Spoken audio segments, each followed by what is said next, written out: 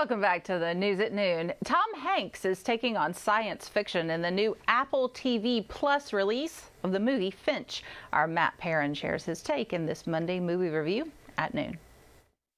Welcome to another Monday. There were a couple of new theater options this weekend. I'm sure Belfast is amazing, and when it gets nominated for a Best Picture, I'll review it then.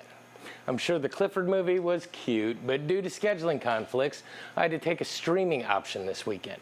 On Apple TV Plus, a new Tom Hanks movie came out on Friday, so we have Hanks in a post-apocalyptic world with a dog and a robot? Yeah, you can sign me up.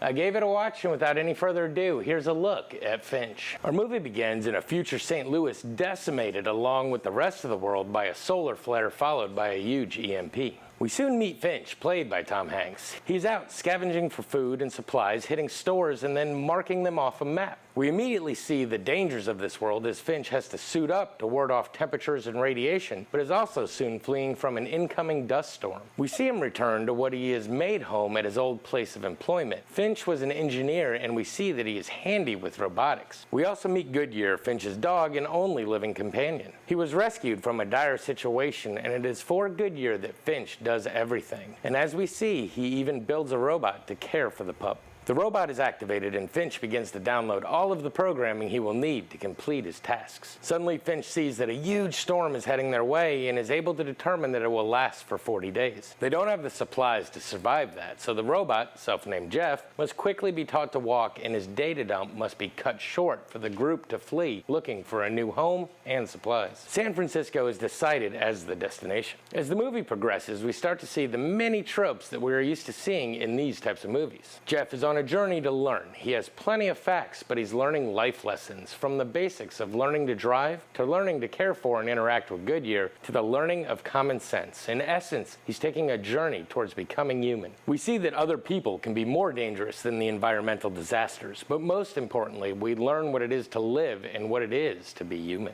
So, what to say about this one? I'm not gonna lie to you, you've seen every aspect of this movie before. It's a mashup of Short Circuit / Chappie with I Am Legend and a dollop of Pinocchio thrown in.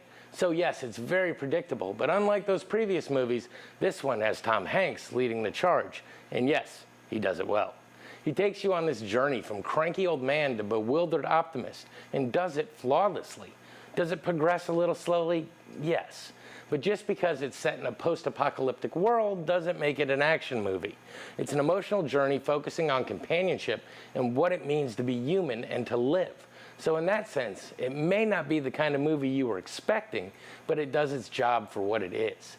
It definitely gives you all the feels, but even with the emotional weight, I found myself laughing out loud several times at the intellectual naivety of the robot. His questions and childlike wonderment are extremely endearing.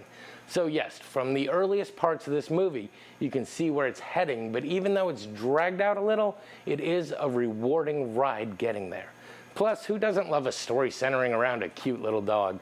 What a good boy. This has been your Monday Movie Musing. Back to you.